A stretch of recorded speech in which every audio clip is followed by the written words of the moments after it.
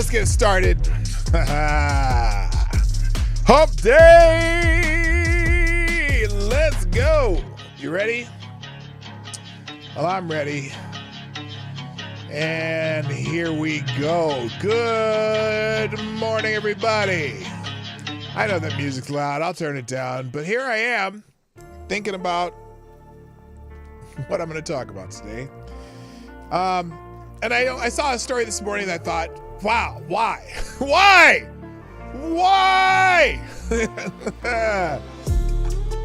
Because, well, I'll explain where the story came from and get to that soon. But anyway, it's Hump Day, Morning Night Live. And that's it for the pre-intro. Johnny, just go ahead and play the intro. Stop that. Play the intro. Ladies and gentlemen, coming to you live from the Lucky Dog studio in a hidden location somewhere in the upper Midwest of the United States of America, it's a brother making his own way but with all the wrong opinions. Welcome to the Morning Night Live with your host, the one and only P-Dog Knight. Yes. Stop the music. What happened there? Oh, well, here we go. Good morning, everybody. Welcome to the Morning Night Live. I'm your host, Marty, also known as P-Dog Knight on the internet. And welcome back to the P-Dog Knight channel where, we do that thing. And it's Wednesday, Hump Day, the 12th of July, 7th month, July 2023. And it was a head scratcher this morning. I keep seeing this stuff and I'm still trying to understand why. Why is this so important to them? And I can't figure it out. And that's just a preview. Anyway, I hope you're having a wonderful morning. I sort of am, I guess. I'm here. If I'm here, I'm having a great morning. That's a good thing.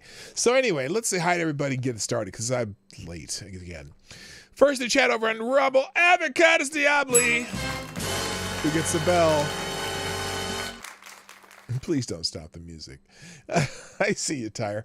Also, good morning, Mike Savage, Blarg, Next Gen Troll, and Cannibalistic Wizard over on Rumble. I appreciate you tuning in over there. There's a few others watching, but as you chat, I'll try to jump in and make sure I know that you know that I'm there, or I know that you know I know that you're there, or something like that. I little Abbott Costello going. Over on YouTube, first the chat is Avocados Diabli. Still gets the bell because he's Johnny on the spot. He's quick with the trigger. He's just there waiting for me to open that window, and sometimes he even beats me into the window, but not today. Also, wait, I see California is releasing Lulu. Oh God, yeah. One of the Manson family murderesses is being released on parole today after 50 years almost. But I'm sorry, maybe none of them should have got parole, but it's California. They'll let people out. And, what's the 70, 80-year-old woman going to do now? I don't know. Good morning also to Tyler. Why is this? There we go. My monitor was down. I couldn't hear myself. Can't hear myself. Hey! Tyler F., good morning. Hello. Mike Savage, Blarg. Rotten Corpses in the house. Tyrannus Alexandrius, the Invictus Lich, a.k.a. Tyre Alexander. Simon Wolfwood, good morning. Fake news experts here. Lord Stanhope's here. Trippy Liberty's in the house. Aaron Meredith, Reaccion a Puerto Rico, you lovely island. It's not my best singing. I do better sometimes. Good morning, Reaccion Puerto Rico. Special K on Acids in the house. Is that everybody? That's everybody so far. Well, hit the buttons and click the things and cut and paste and do whatever you have to do to get some more people in here. I'm just saying. Well, it's partially my fault for not putting this together earlier, but some of the time those notifications will go out and people figure out that we're here. Notifications from YouTube are kind of slow. The Rumble ones are pretty quick if you have them. And if you're on Locals, you will get a notification from me as soon as I click that button. If you follow me on Locals, that's the best way to get your notification. I think like most of the Locals ones come by email though. So if you don't have your email set up on notifications on your phone, you might have said, Green Badger Outdoors is in the house. What's up? How you doing? And by the way, I do appreciate you putting the time stamp in the in the comment sections of my videos on YouTube, because it helps people just go straight to the meat and forget all the little fluff at the beginning. So I do appreciate that. Anyway, let's see. Rumble's going good. YouTube's going good. Okay, we're good. All right. So let's get into just some things happening in the world today. The other day, I was thinking about this. Remember the other day, I don't know, it was the Labor Department, whoever comes out with the jobs numbers, came out with this just phenomenal job numbers, right? Oh, they were way over expected, 500,000 new jobs, whatever, 13 million created during the Biden administration, which of course most of them were just people going back to work, especially in California. It's funny, Gavin Newsom likes to, he's going on the attack against some of these Republican states, Florida and Texas, whatever, talking about how, oh yes, we had of those 13 million jobs, the most were created in California. Well, you're the ones who shut down the most jobs in California. So, of course, you're going to get the most back, asswipe. Anyway, but I was thinking about this because I was during the Obama administration, I was in financial services. And so I watched all these indicators of what's going on with interest rates. And I'm trying to predict what the Fed would do and doing this and that and whatever, right? And every month, the Obama administration jobs numbers would exceed expectations. They'd just be like, every month, the jobs numbers were just better and better and better, right? But almost without fail, we would get the job report revisions roughly 45 to 60 days later. And the job report revisions always, and I mean every single time, after hearing rosy jobs numbers from 2 months before, you get the revised job numbers, and they were always about a half to 2/3 of what they reported when they reported them. They were always revised down. And I was thinking, it got to the point where, they're just trying, because no one pays attention to the revised numbers. They only pay attention to when they announce the job numbers. And the reporters out there, yeah, it's the greatest job market ever. We did Obama's the greatest thing since butter on sliced toasted bread and all that. And then you'd get us people who watch those numbers like a hawk would begin to notice that every single time they revise the jobs numbers down. So when the Biden administration got this, 500,000 jobs, I'm like, give it 2 months and they'll revise that to about a half to a third of what they said. Closer, they will be less than the estimates when they revise the numbers a month or so from now. And because that happened I think it was it June? Or maybe it was May. June or May job numbers, right? They said it was 253,000 jobs. Well, we just got the revision the other day, and it was actually 170,000 jobs. They fudged the numbers by about 50-some thousand.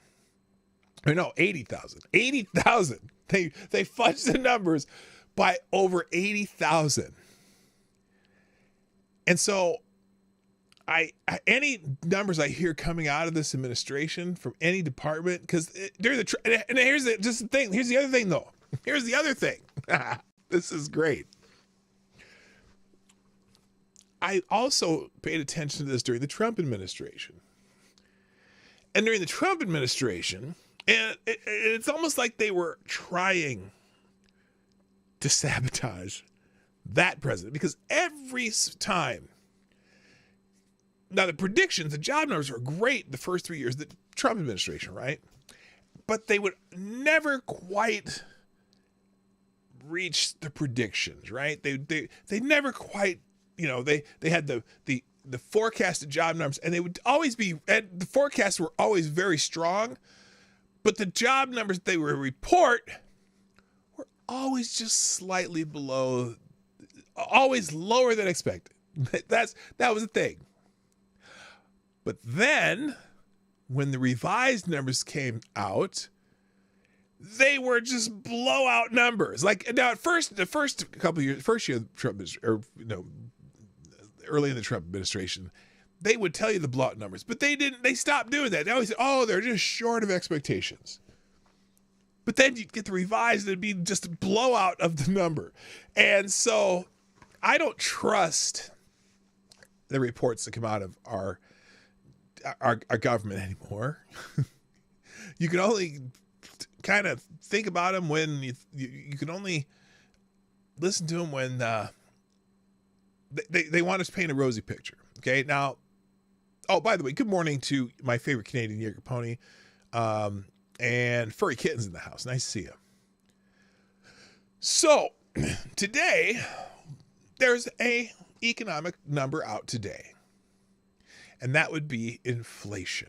Okay, now people are very, very excited. Oh my gosh, all the Democrat shills and people who love Democrats and whatever, and love Joe Biden are so excited that today the inflation numbers came out, and they said the inflation numbers for June were 3%. 3%. Okay? Which is fine, right? It's just fine. It's not as good as it was during the Trump administration, but here's what they're going to compare it to. Now, and I look at Heather Long here. Just in, inflation was 3% in June year to year. That's an incredible drop from a year ago when inflation was 9.1% year to year in June 22. Okay, that's great. Good morning, Maddie, and retro veteran gamer. And okay, so they're going to compare it to last year. Now remember, this is the 9.1% in June was a record, or like a record for 70 years or whatever, 60 years. All right, now. And when they say, and NBC News, breaking, inflation tumbled to 3% in June, making it the 12th consecutive month decline. Which I say, wait a minute. Wait a minute. So if you add up the 3% in June, the 9.1% last year, the 6.1% the year before, since Biden's come in office, prices are up 24%. Since Biden has been in office. But let's see how NBC News writes about it. It's fascinating. Consumer price growth falls for 12th consecutive month at 3%. But economists are still debating how long high prices will linger and what's causing them to be so stubborn. So at least now that's interesting. Their subheadline isn't as rosy as this gal who wrote, oh, this was 3% in June. That's an incredible drop from a year ago when inflation was 3.9%. Well, it's still going up, honey. That's why the ABC subheadline maybe recognizes that the American people are not necessarily thrilled with what's going on still. So let's read it. Inflation fell to 3% in June, the 12th consecutive month of declines. Forecasts called for a 12-month consumer price increases to slow from 4% in May to 3.1% in June, just about 1 percentage point above the Federal Reserve's 2-point inflation target. So it's above the target still. The decline was led by gas prices, which have fallen to $3.54 compared with $4.66 a year ago. So when you take that data, the 3%, you're going, okay, it was up 6 point something percent and then 9 point something percent. You already had a 16%, whatever, 16% over the 2 years before that. Now you got still another 3%, and that's only because gas prices have fallen by almost just over $1. But they're still $3.54 is the average gas prices, which is still much higher than when Biden was coming into office. Now, yes, the increase has declined, but it's still increasing. Exactly, Avocats Diabli. By one measure, the U.S. economy is already close to slaying the price inflation that it has bedeviled it for a better part of 2 years. And they put a chart here. Now, I'm shocked that they even would put a chart on here. Because notice, they're even going back to the Obama years when, at least during the Bush years, right? Notice that inflation, that inflation's down here. Then during the Obama years, it goes up here and it slightly averages down during the Trump years. And then you get into 2021 and bam, way up there. So look, even here, look at this 3, see this 3 right here? That's higher than any month during Donald Trump. And it basically is, it's getting back on the par with inflation during Obama. But, you know, again, presidents don't necessarily cause inflation. Anyway, stock prices initially reacted favorably to the report, with all 3 major indexes roaring higher in advance of the 9:30 a.m. market open. But the rest of the story for much of the economy, namely the core inflation figure that reflects everything except food and energy prices, might be more difficult for consumers to bear, according to Ricardo Tracy, lecturer at the University of Geneva, founder of a consultancy that focuses on underlying inflation. In June, the core figure, when you remove energy, okay, now that's because gas prices are lower. That's what they're talking about. Core inflation hit 4.8%. compared with 5.5% in May, the Bureau of Labor Statistics said Wednesday. If you want to hit the 2% core inflation target, unfortunately, I suspect an unemployment pickup will be necessary. The unemployment rate in the U.S. tumbled dramatically from a high of 5.9% in June 2021 through the end of that year. Since then, it's averaged about 3.5%, landing at 3.6% last month. But the Fed continues to believe the unemployment rate will rise to 4.5% through 2024. The reason the labor market has proven so resilient is the U.S. government and the Fed both took extreme measures to support the economy during the stupid 19 pandemic, and the momentum from those measures continues to be felt. Whatever. So anyway, the core inflation rates are higher than that 3%, but everyone's going to talk about the 3%, right? And so here we got, thank you, President Biden. The Republicans would never help the poor or the middle class. What does that have to do? After 2 years of painfully high prices, the inflation rate has reached its lowest point in more than 2 years. Oh, wait a minute. Just in 2 years? Wait, more than 2 years? As in during the entire Biden presidency? And even Yahoo, inflation falls 3%, lowest level in more than 2 years as price. Okay, let's see how Yahoo News did this. Is there the same article? Nope, that's a NBC writer. Let's see who the Yahoo got it from. Yahoo got it from, doesn't say, oh, AP. So this is the AP, okay?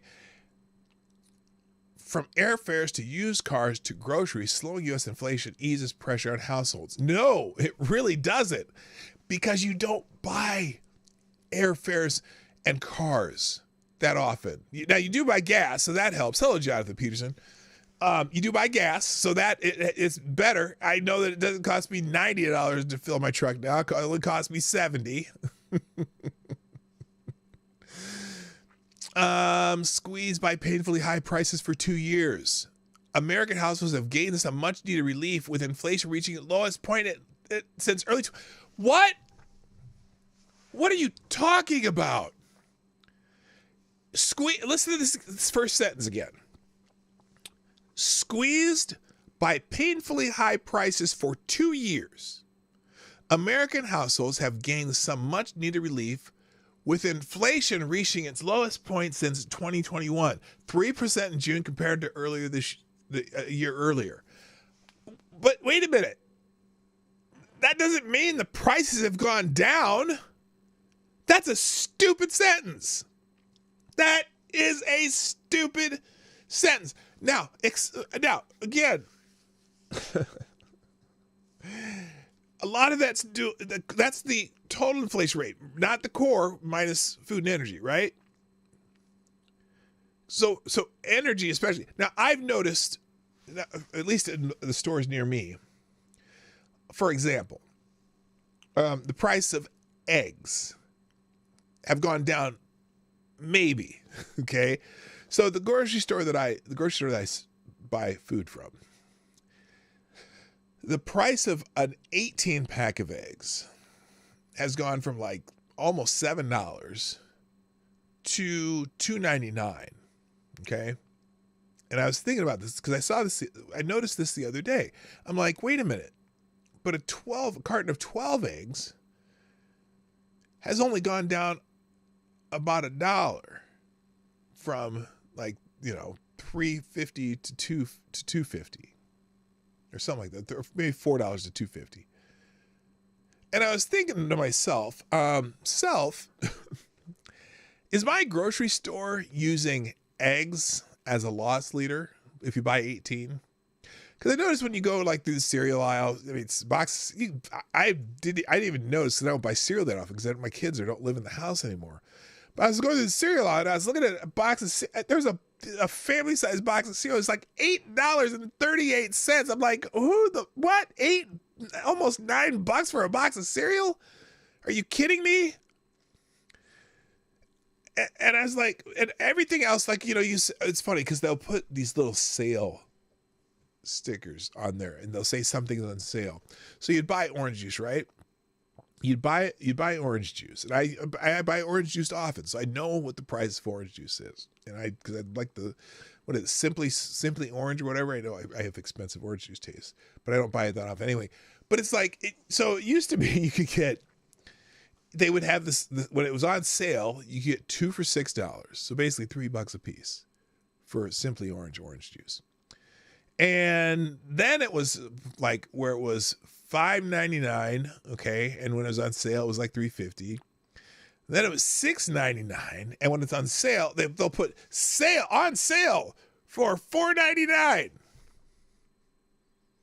I used to be able to get 2 for $6, but now it's on sale for $4.99. They just creep it up and don't tell you. So anyway, it's really weird. The Walmart I go to, most cereals between $5 and $6 for family size. Yeah, no, I'm like whatever the big size was. Yeah, this one was like $8.30. I'm like, are you kidding me? You might go look right now. I wonder if they still are. Now, yeah, Walmarts are usually cheaper though, but I don't get to Walmart that often. But I know it's usually cheaper to buy cereal at Walmart than it is at the regular grocery store. But I was still freaking out. So anyway, the idea though that squeezed by painfully high prices for 2 years, America's households have gained some much needed relief with the prices only increasing 3% more as opposed to 9% more from year to year. That's relief. I guess it's relief on how fast the prices are going up. Good morning, Sarah. So it's just, it's weird semantics that these articles use trying to paint a rosy picture. But I am surprised still though that the NBC article, first of all, did not have a rosy subheadline, and they did tell the truth about the core rates, which aren't a huge relief to anybody. Still, I mean, that prices are still going up, and it's not anywhere near the targets that the Fed has. All right. So enough about inflation. I have a couple links in there to both those articles. And also, well, let's see just some of the people commenting on inflation on the internet, because this is probably going to be funny too, because you're going to say some stupid shit. Peter Schiff, better expected inflation data is crushing the dollar, sending the dollar index to its lowest level since April 2022. A major dollar collapse will send commodity import prices soaring, pushing U.S. trade deficits to records high, causing future CPI gains to spike higher. Okay. That's Debbie Downer, Peter Schiff. Congratulations, inflation. Normies, please help us with the cost of living. Central banks, the best I can do is recession and a housing market crash. Oh, God. Some people are not happy about this. US CPI data came in lower than expected. Okay, just that's all. Fed winning inflation war, market pops for now. Why didn't a bad inflation report throw BTC up like stocks, the other risky assets? Okay, that's people talking about Bitcoin. Anyway, so then I guess, okay, enough about inflation. Moving on, let's see what else is in the, Andrew Tate's trending. Now, apparently, Tucker Carlson did an interview with Andrew Tate. You know, Andrew Tate, the American-British dual citizen who lives in Bulgaria and is trying to move to Dubai, but then has a little snag because he got arrested for some shit that they don't know if he really did or not, but they've accused him. But none of the people that are involved in the accusations say he did anything, but, you know, whatever. You know, Andrew Tate, the bald guy, that he's an interesting guy. Let's put it that way. I have nothing for him, nor am I against him. Anyway, he's trending because Tucker Carlson did an interview with him, and there's some interesting blurbs out of it, but some people are really pissed that Tucker Carlson would interview Andrew Tate. And so what they like to do in this case, here's an example. Mehdi Hassan from MSNBC. Fresh from interviewing accused rapist and trafficker Andrew Tate, Tucker Carlson will host the Family Leadership Summit in Iowa. Can't make this stuff up. Now, because Mehdi Hassan's a shitbag. Hello, Unacceptable Views. So, here's another one. Tate is charged in Romania with rape, human trafficking, and forming an organized crime group to sexually exploit women. Are you an Andrew Tate right-winger or a Sounds of Freedom right-winger? You really can't really be both. Okay, so there's still not a single accuser that is claiming that he did anything wrong. They don't have any witnesses. So I don't know. I'm not a fan of Andrew Tate. I don't know what he did. But if that is the kind of theme with some of these people, and what's weird too, I don't think the jury is really way out on Andrew Tate. There's not a lot of right-wing people who love Andrew Tate. It's kind of half and half. So I don't know why they're upset with Tucker interviewing him, but someone here, I'm sick to my stomach that Tucker Carlson really interviewed this man for over 2 hours, and the owner of Twitter promoted it. Tate is facing criminal counts of human trafficking. Now would be a great time for the right-wing sex trafficking warriors to strongly condemn this. Well, if he is actually... Now, here's what it is. So he has a bunch of people, apparently... I don't even know... I guess maybe I don't know enough about Andrew Tate. I guess he manages a bunch of people on OnlyFans or some shit. I don't know what the fuck he does. If he is proven guilty, yeah, fuck Andrew Tate. But he's been accused. You know who else? One of the best one was something John Cooper. It was this John Cooper dude who said, again, Tucker Carlson just interviewed a man accused of rape and human trafficking and forming a criminal gang to sexually exploit women. And Tucker said he has an inspiring message. Well, you know who else? Do you want to go down a list of Democrats who fit that description? rhymes with Blinton. It's interesting. No one from the Epstein Black Book is speaking out against Jeffrey Epstein. By the way, here, speaking of Jeffrey Epstein, because I don't know, I saw something about Ghislaine Maxwell, and this morning, and I was like, wait a minute. You know what's really weird? So, there are a lot of people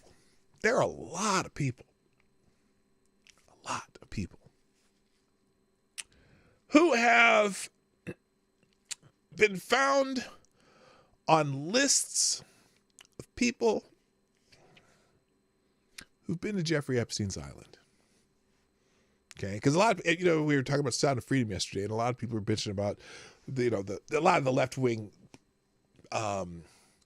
publications and movie reviewers and stuff are just hyping the hate on it, saying this is a QAnon movie and yada yada yada yada yada. Right? Okay, let's bring this back to Jeffrey Epstein. All these people who have been shown to be on flight logs to Epstein Island, whatever that little place in the Caribbean that he had, that little island right there, his little island of fun and debauchery and whatever that was. Lots of people rub elbows with Jeffrey Epstein. Have you noticed there hasn't been a single person on that list? In fact, by the way, Jimmy Kimmel's best friend was Jeffrey Epstein's personal chef on the island. Did you know that? And that's common knowledge, right? He's been there. All these celebrities, all these rich people, Bill Gates and all these people been to Epstein Island. You notice how not a single one of them have been interviewed about their time on Epstein Island? Anybody? Anybody? If Trump was on Epstein Island's list, they would have thrown everyone underneath the bus to get to him. Oh my gosh. Or, if he'd been there, somebody would have seen him there. They would have definitely said something, right? Not a single one of these people have been interviewed or asked a single question about their time on Epstein Island. Well, maybe, wait a minute. Bill Gates, I think, was asked once, and he hemmed and hawed and kind of chuckled about it and just, no, nothing there. Were they really rubbing elbows? So they're rubbing all kinds of stuff, but I didn't want to get into that. So whenever I see outrage about Andrew Tate, who right now, the people that they say were accusing him say the opposite. And also, someone else brought an interesting point. He's being charged in Bulgaria, which is a very Orthodox nation, and was very... Andrew Tate converted to Islam a while back. And, half of the population of Bulgaria was killed during, not the Crusades, but as part of that whole thing going on with Muslims back in the 13th century, whatever, in 14th, 15th century. And maybe it's just another, maybe they just don't like it for that. But that's such a weird conspiracy theory. But anyway, all these people get so up in arms about Andrew Tate, but they don't seem to be so concerned. That's a Bulgaria. I met Romania. Does he live in Romania or Bulgaria? I thought he lived in Bulgaria. Oh no, he drives Bugattis.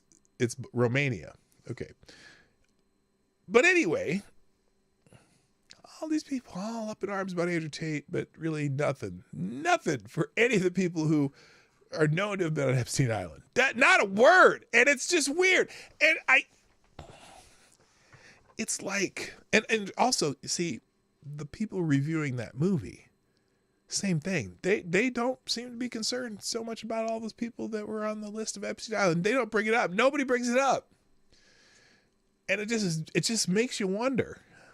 It just makes you wonder. Some very powerful people really don't want you to know about that. And I'm curious if any people have been warned about disclosing anything about that island, because how many people could be ruined for their activities there? Now, I'm sure some of the young women who were there being exploited have want to name names, but remember, like this, even the case with Ghislaine Maxwell, not a public trial, court records sealed. A lot of people, man. A lot of people did, other than what Prince, not Prince Edward. Who's the dickhead? Prince Andrew. They seem to be having his number, but nobody wants to talk about that. So anyway, let's move on. Jerry Nadler's trending. I have no idea why. Jerry Nadler, the congressman, is he from Illinois, I think, or something? Let me see. Breaking. FBI Director Christopher Wray begins with his testimony before Congress. Democrat Representative Jerry Nadler puts it perfectly. Okay, let's see how he opens up. Jerry Nadler. So Chris Wray is testifying before Congress, apparently. Here's Jerry Nadler. And I thank the men and women of the FBI who helped bring the classified information to safety and protect the national security of our nation. No matter how many times Republicans attack Director Wray or the FBI or the investigation at Mar-a-Lago, I trust in the rule of law. Do you? Mr. Trump will have his day in court. I believe the system will hold him accountable. And I thank the men and women of the FBI who helped bring the classified information to safety and protect the national security of our nation. Okay, is that all he said, though? Remember, this is Daily Krasenstein, so...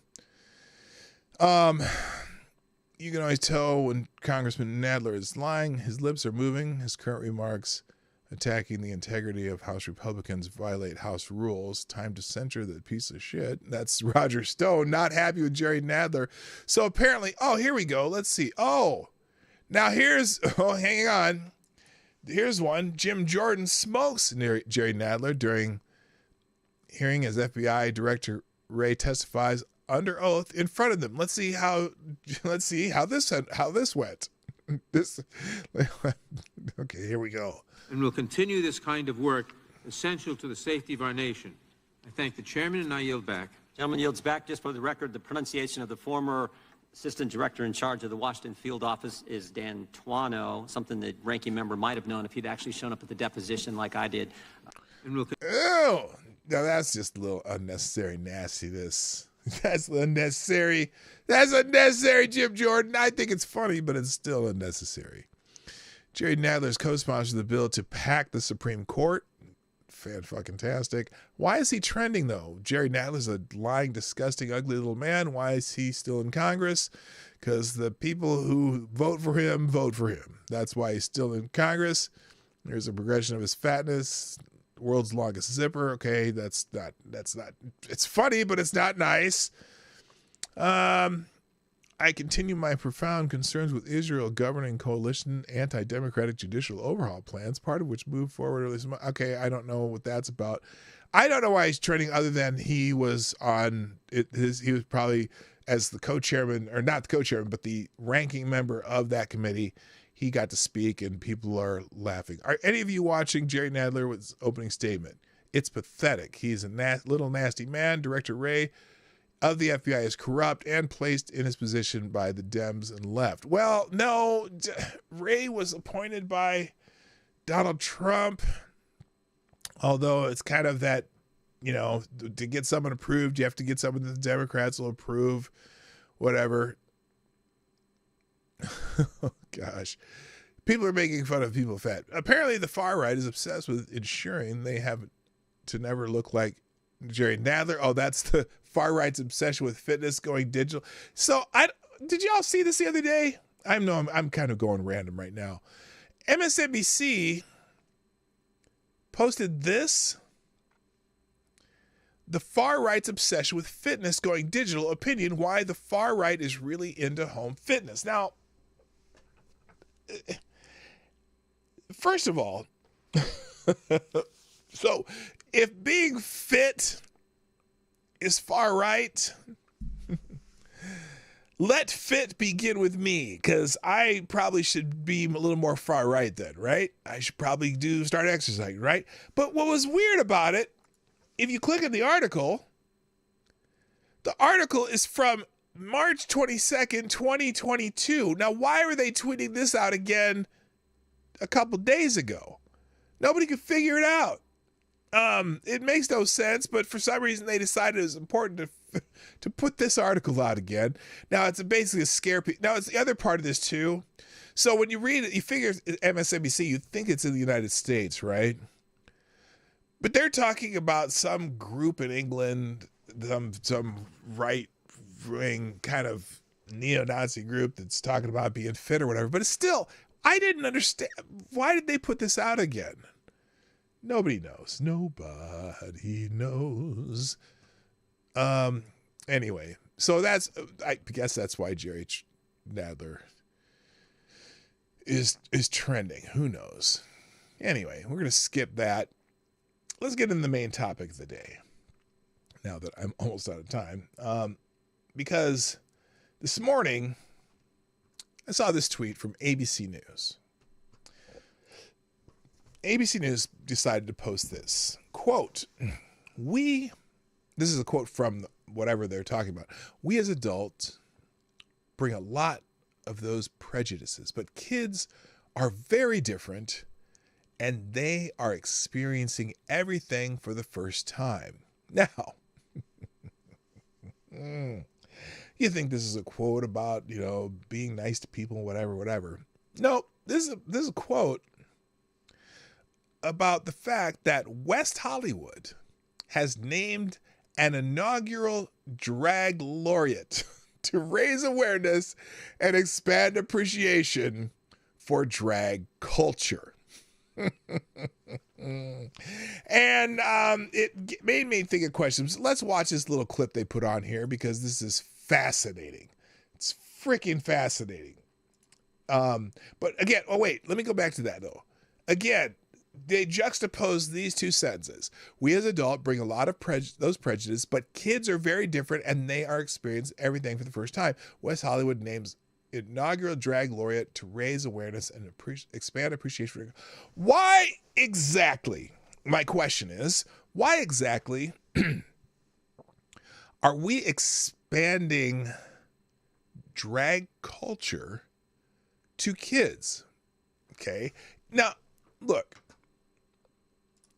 drag shows, drag culture, so to speak, has been around for a long time. Drag culture comes from basically the female impersonators in gay clubs, and for the most part, it was, in drag, and I'm sure it's been around longer than 50 or whatever years, but it was mostly gay men kind of making fun of women and being caricatures of women. All right. Now, I always thought too, maybe in some ways it was like some ways for some gay men to be closet heterosexuals, you know what I mean? But it was always a highly sexualized performances, usually in gay clubs, definitely adult entertainment, a lot of sexual innuendo, a lot of hyper stereotyping of sexualized women. Okay. That is gay culture. Now, drag culture. And even when you go, for example, there's a big drag show at the Flamingo. It's a female impersonator show at the Flamingo in Las Vegas. That is an 18+ show, because drag culture sexual innuendo is inherent in drag culture.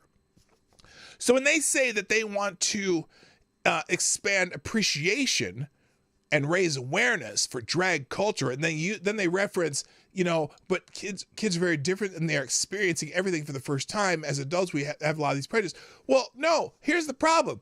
Drag culture is a sexualized form of entertainment meant for adults. So why exactly do you want to expand appreciation for drag culture to children? Even if you're saying you're doing it in a kid-friendly way, just men in costumes, Why? Okay, do we want to bring stripper culture to kids? Do we want to expand and raise awareness of strippers and for kids, expand the appreciation for stripper culture to children? No, because it's a highly sexualized thing. Strippers belong in strip clubs. Drag shows belong in places that do drag shows in a highly sexualized environment. But they're not for kids. Do we want to expand, raise awareness, and expand appreciation for BDSM culture for children? We'll just have people in the costumes and maybe not do the sexual stuff, right? Why? Why? Now, someone replied, I actually put that in a sentence. Someone replied to me and said, well, what does they say? What the hell did they say? We are attempting to get kids to be less hateful than their parents. No, you're not. Because it's not entertainment for children. So anyway, let's watch this report that they put out here under this title, because they didn't even have an article. The link's just to this video. So let's go to this video. Expand this. There we go. Here's the video. Okay, we are not hiding in the shadows anymore. West Hollywood names inaugural drag laureate. Now, granted, West Hollywood has a very large, it's known for having a very large gay population in that section of Los Angeles, right? It's all, a lot of the gay clubs are there, whatever. So I could see maybe having a drag laureate for your, for the community, but not for kids. Here it is. An elephant. Have you seen Dumbo? Is that really soft? But there's a scene with pink elephant.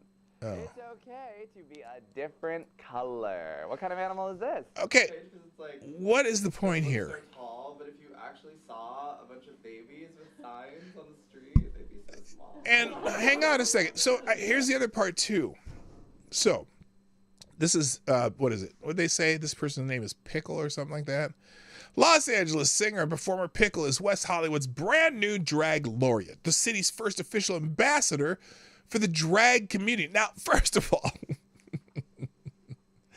that's interesting they say the drag community, because drag is a form of entertainment, right?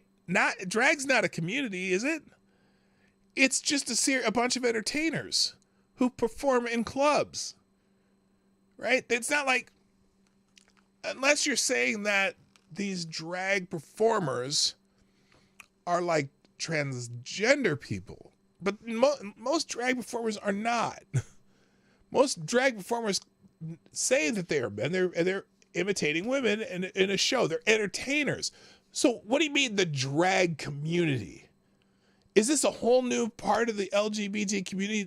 Now it's LGBTQIA2A D plus. It doesn't make sense. But anyway, now and then so they're saying, oh well, this person's always gonna go out and do drag queen story hour, right? Why do you have to have a drag queen to do a story hour? And again, and then the books back here are all these books about gay, right?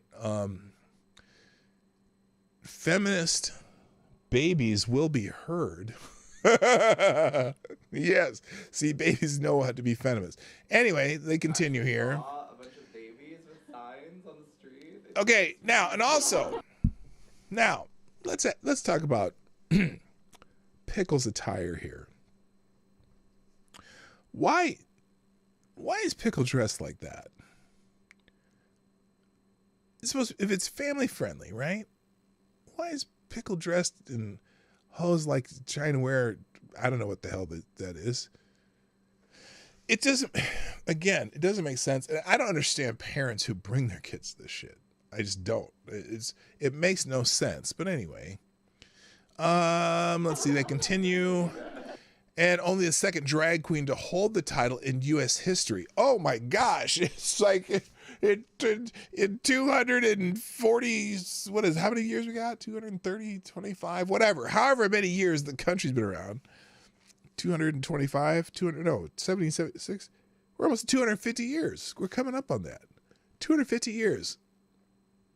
The first person in U.S. history, or the second drag queen to hold the title in U.S. history. Well, really, how long have they had a drag queen laureate? How many years? Because in U.S. history, it's the first person in California history. It's only the second person in Los Angeles history. It's the only second person ever to hold the title because they've only had the title probably a few years, is my guess. How stupid is that? Hello, Selected Boy. Yeah, and also Amazing Disgrace. What's happening? So I'm confused. Pickle was served a 2-year term, raising awareness and expanding appreciation for drag culture. Why? Why? So they can get more paying customers at the club? Why?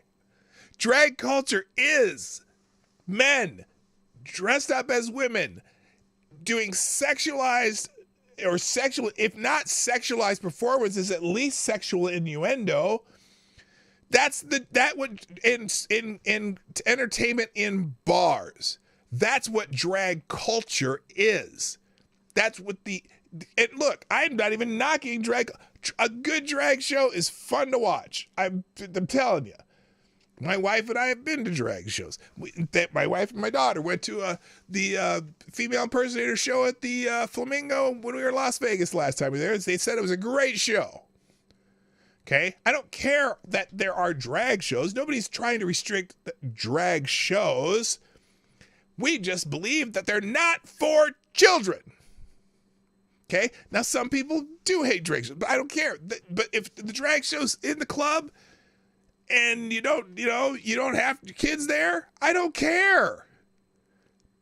Knock yourself out. Drag culture and drag clubs and, drag race on whatever channel it is when your kids aren't watching is fine. But not for kids. It's just not. I don't care if you think your kids are gay or straight or you think your kids are trans. There's no such thing as a trans kid. It's not for kids. Good God. Let's go. Little baby things serve important purposes in our lives. Oh, no. Stop lecturing you. Okay. We as adults bring a lot. Now here's where I go nuts. So this woman thought it was important to bring her kid to this show. Why? Lecturing you. Okay. By the way, again, also, I would think what's funny is now most radical feminists there are gender critical feminists, okay? I am in this full solidarity with them on this topic. But there are a lot of liberal feminists who think this is part of feminism. This is part of inclusiveness. This is part of intersectionality, right? Don't most drag performers depict a very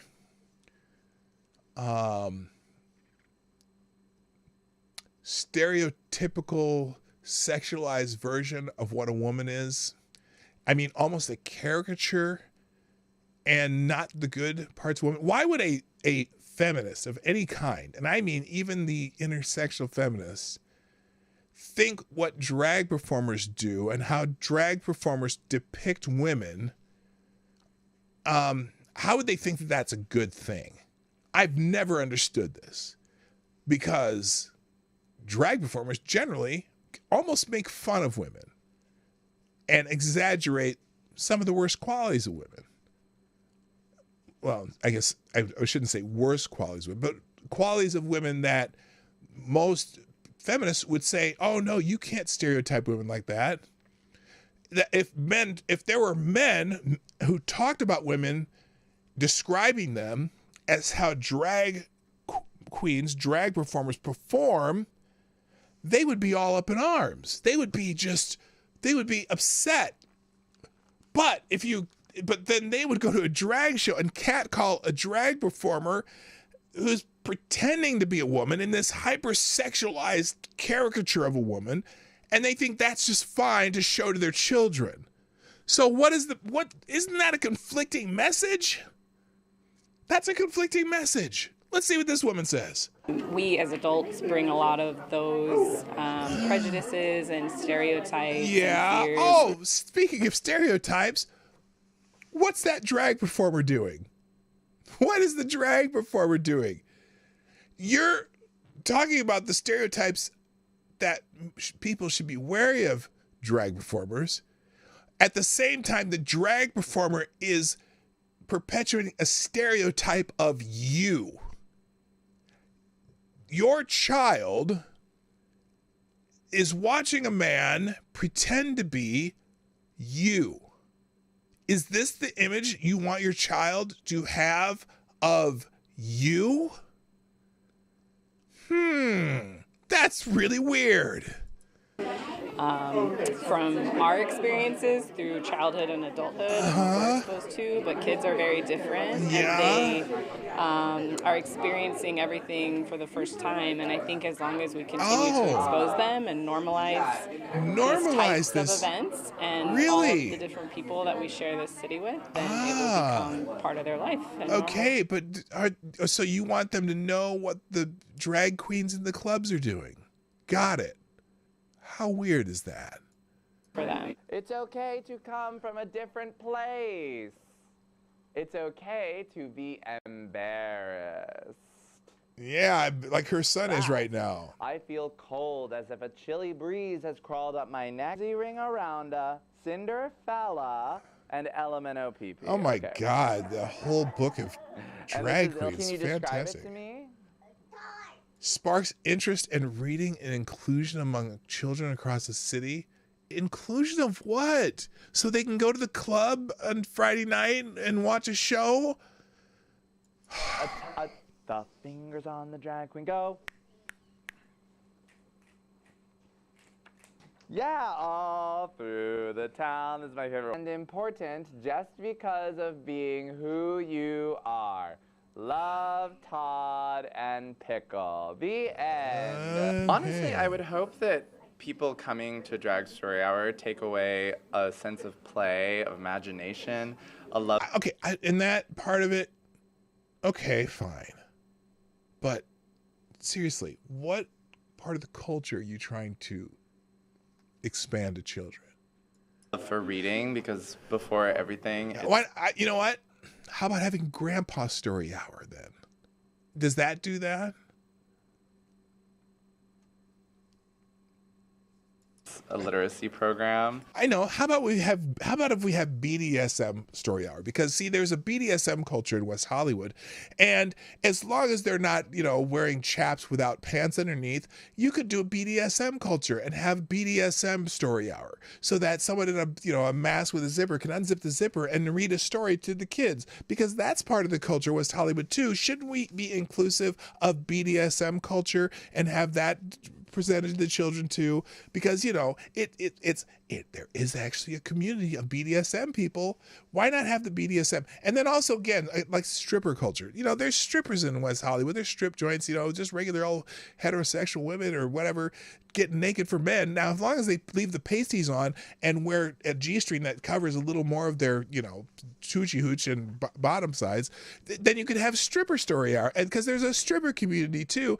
And, we should have every community that, needs to be educated about to read stories for kids. This is insane to me. And I hope that they would really just take away that joy that I have for reading. Oh, yeah, so take a picture. Now, that's the only mom that seems to be in the... Thank you for coming. Oh, good God. Yeah, look how excited he is. This kid looks just completely excited to be taking a picture with this weirdo. I don't know. Excuse me, this performer. I'm sure this guy does some great shows over at the, the Bum Club, right?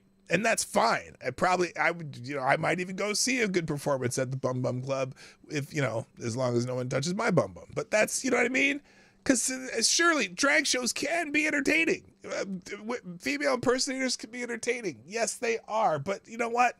It's not child entertainment. All right, so enough of that. I'm endorsing Junkie Story Hour, where we'll read to kids William S. Burroughs. Okay, there you go. Latin King Story. Yes, we could have Gangbanger Story Hour with stories about gangbangers. All right, so anyway, there is an accompanying article from Reuters here. West Hollywood. Should I do it in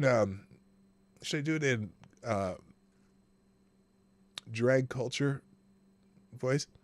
West Hollywood is set to anoint Los Angeles singer and performer Pickle as its brand new drag laureate, the city's first official ambassador for the drag community, and the second to hold that title in the U.S. In the history of the U.S. ever since 1776. This is only the second drag laureate. Wait a minute, hold it. She will serve a 2-year term, raising awareness and expanding appreciation for drag culture at a time when lawmakers in several states have tried to restrict drag performances. You know what? Haven't drag performances, haven't they always been restricted? What do you mean trying to restrict drag performances? How? Restrict drag performances? How? You mean like making them 18 plus only? Just like strippers and alcohol, well, cigarettes, whatever. What do you mean restrict them? Drag culture, drag performances are normally done in bars. So what do you mean restrict drag performances? Interesting. At this particular political moment, when there is a climate of opposition to queer rights. No, it's not an opposition to your rights. Come on. It's opposition to you trampling over the rights of other people. Your rights end where my skin begins, and sometimes where my eyesight begins. Opposition to queer rights, to art forms like drag, to trans rights. It's so important to have a position like these, Pickle told Reuters. This is the death rattle of a movement that just cannot adapt to a changing world and to a community that is saying, we're not hiding in the shadows anymore. No, we don't. We don't want you to hide in the shadows. We just want to take your sexualized performances back to the club. Hi, Natasha. Hi, Kessler. We just want you to just put your performances back in the club where they belong and are welcome, where people can come see your form of entertainment just like other forms of entertainment that are restricted by age in the setting where they belong, where clubs that do drag performances. And even if you want to rent out a theater and do a drag show, a big drag show for the community, we're asking you to make it restricted to no children, or if you're gonna do a drag show for children, at least keep it clean, completely clean. Not because drag show culture is a sexual culture. Just saying. I'm not gonna read the rest of this article because I'm trying not to get any more angry.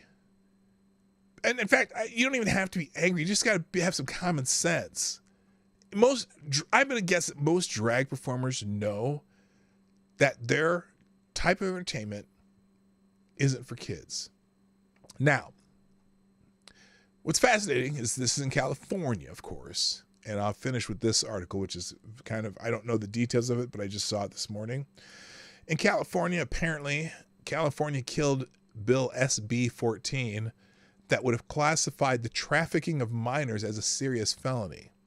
Republicans Tom Lackey and Juan Alanis were the only on the committee to vote in favor of this absolutely common sense bill. The other 6 elected public services wiped their hands and did not vote, effectively killing it.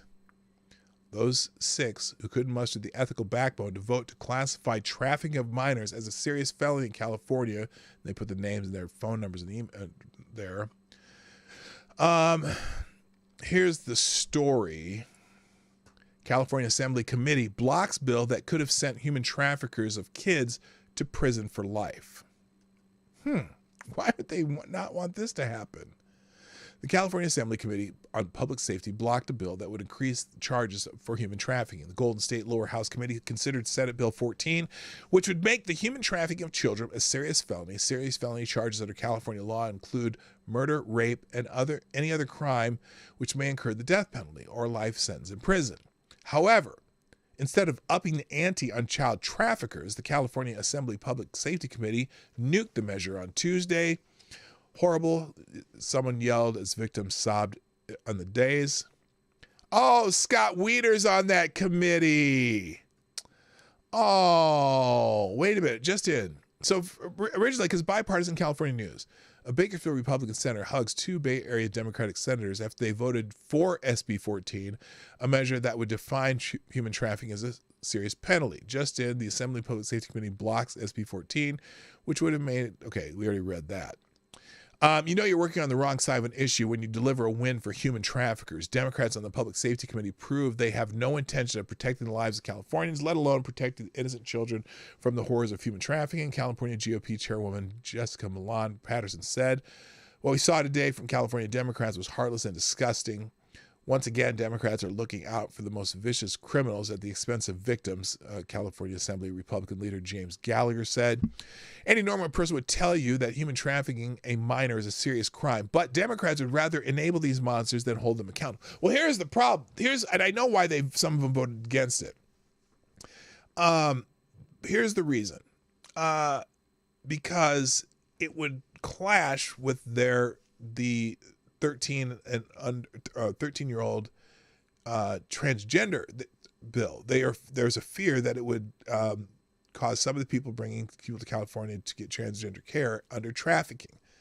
So anyway, according to local news, no Democrats in the committee voted for the bill. Both Republican Assemblyman Lackey voted yes for the bill. The GOP vice chair of the committee, Assemblyman Juan Alanis, stepped out of the committee room to tend to other business, but returned to vote on the measure.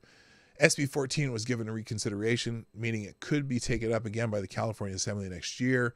It cleared the California Senate unanimously with a bipartisan vote. So it passed their Senate, but not the Assembly. Meanwhile, Florida Attorney General Ashley Moody is demanding Mark Zuckerberg explain the high volume of human trafficking across Meta platforms after an eerie report revealed pedophiles are using the metaverse to sexually exploit children. So that's a different story. All right, I got to get out of here. Here's a couple quick funny things that happened. I don't know when this is from. This is from a long time ago, I think, but it was interesting. Apparently, Vice President Harris had a faux pas a while back. I think this is a while ago, though. Flowers at the site where John McCain was shot down in Vietnam. What the know-nothing millennials who set Kamala's schedule didn't know is that the site that she's laying those flowers at, it's a celebration of those who shot McCain's plane out of the sky and then... Okay, so what happened? This is a long time ago. She laid flowers at a monument dedicated to the people who shot down John McCain. Apparently, whoever scheduled this for her, I don't blame this on her. Her schedulers fucked up. They didn't realize that this was not a memorial to John McCain, but it's a memorial for the people who shot down John McCain. So anyway, that's her scheduler's fault. I don't blame her. Let's see. Morning Joe. What was this one? Oh, they're worried about all these videos of President Biden having issues moving around. Micah this morning. Again, they also managed to schedule very carefully. Yeah, I think his staff needs to own his age. I'm just going to be honest. I don't think they do a good job helping out the president, and I'm She's upset that they don't help out the president more because of his age issues. not talking about it like, I'm just saying, if you are managing a president's schedule and you are managing a president getting on stage and getting off stage and getting on planes and getting off planes, and yes, he's 80. You need to be there for him, and you need to make a pathway, and you sure as hell better make sure he doesn't fall on a sandbag. And I said that back then when they tripped on the stage. I think it was at the Air Force Academy after giving a speech there, and he turns and trips, on the sandbags that are laying there. That's the Secret Service's fault. Not that he, whatever. But anyway. I blame the staff for that. I mean, these are the things that are going to hurt him. These are things that are going to be played on a loop. Okay? Let him do his job. Let him do his speeches. Let him work on he's not doing any speeches because speeches don't really go well for him. His speeches are limited in time. He has troubles. policy. Let him do his connections in Congress, unlike any president that we've seen. I don't know, since Clinton. But my God. Wait, what? What did she just say? That we've seen. Okay. Let him do his job. Let him do his speeches. Let him work on policy. Let him do his connections in Congress, unlike any president that we've seen. I don't know, since Clinton. Ooh. Now, I haven't gone on to Twitter to see if anyone's talking about Micah right now, but she says no. Did she just skip over Barack Obama? That's interesting. Moving on. But my God, make sure, your Secret Service, you're his staff, that you were there and you're telling him what's next. And it's Julio, not Mike, don't to see you take guys in the this chat. as, he can't even get from one place to another. When you're busy and you're on stage. Well, it's because he's old. And look, I don't care that he's old. I care that he can't remember what the hell he's going to say any better than I can. Okay, you're the president of the United States. Mumbling through a speech and talking about building a train over the Indian Ocean, even though we know that's not what he meant. I was more look. Go back and watch my video, my little short video on that when he said something about we're going to build a train from the Pacific across the Indian Ocean. Now I know he meant across the land from the Pacific to the Indian Ocean, but he said across the Indian Ocean. That's why I gave him some slack for that part, just because he's mumbles, right? But I want to know who we is. Who are we that's going to build a train from the Pacific to the Indian Ocean? Who are we that's going to build the world's largest solar facility in Angola? Who the fuck is we? And when you say, I'm going to get in trouble for going off script, who the hell are you going to get in trouble with for going off script? Mr. President? Who's writing your scripts and you get in trouble for going off the script? I thought you were the president of the United States. Weren't you the guy who was the top half of your law school class and have 3 degrees? Oh, wait, that was a lie. Never mind. Anyway. He's been on stage. Right. I've done speeches, and I'm so nervous. I'm doing the speech. I'm trying to get it right. And when it's done, I don't know which way to go. And oh, bullshit. You know which way to go. You go from whence you came. He wanders around on stage like he's a lost puppy or just an old guy not knowing where to go. It's because he's old. I get it. But don't give me that excuse. When I finish speech, I don't know where to go. Sure you do. You know, when you go to shake hands with somebody, there's usually somebody there. Come on, Micah. I'm looking for direction. So do a better job, because you can't have these video images. Right, because he can't do it for himself, and that's the issue. And that's why Mike just said he wants Gavin Newsom, because Joe ain't doing it. Sorry. And in fact, I am very doubtful that Joe's actually the president. Joe's president by a committee. And he's following what the committee tells him to do. That's who they are.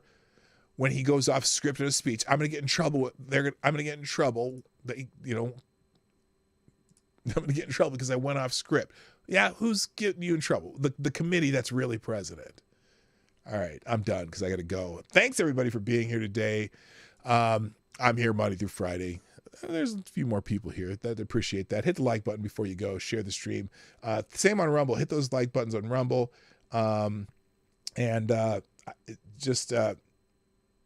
about that. I pulled to Joe Biden. And if you want to sponsor the show, you can do it through Rumble Rants and Streamlabs. No super chats for a while until I get done with my fight with YouTube. But other than that, thanks for being here. Got to go. My name's P-Dog Knight, and I'm out of here. Bye. Hey, this is P-Dog Knight, and thanks for watching today on the P-Dog Knight channel. If you have an observation or remark you'd like to make about this video or my channel, I absolutely welcome you to write it in the comment section down below. I really look forward to hearing from you. And before you go, if you like what you saw but you're not already subscribed, please make sure you hit the subscribe button and definitely click that bell that pops up afterwards so you'll be notified when I post new videos or when we go live. I broadcast my live show, The Morning Night Live, Monday through Friday at 10 o'clock Eastern, 9 o'clock Central. A special thank you to all the supporters of this channel who share our videos on social media and who make donations through Streamlabs, YouTube, Venmo, and Cash App, which are all linked in the description down below. Thanks again, and until next time, I'm P-Dog Knight, and I'm out of here.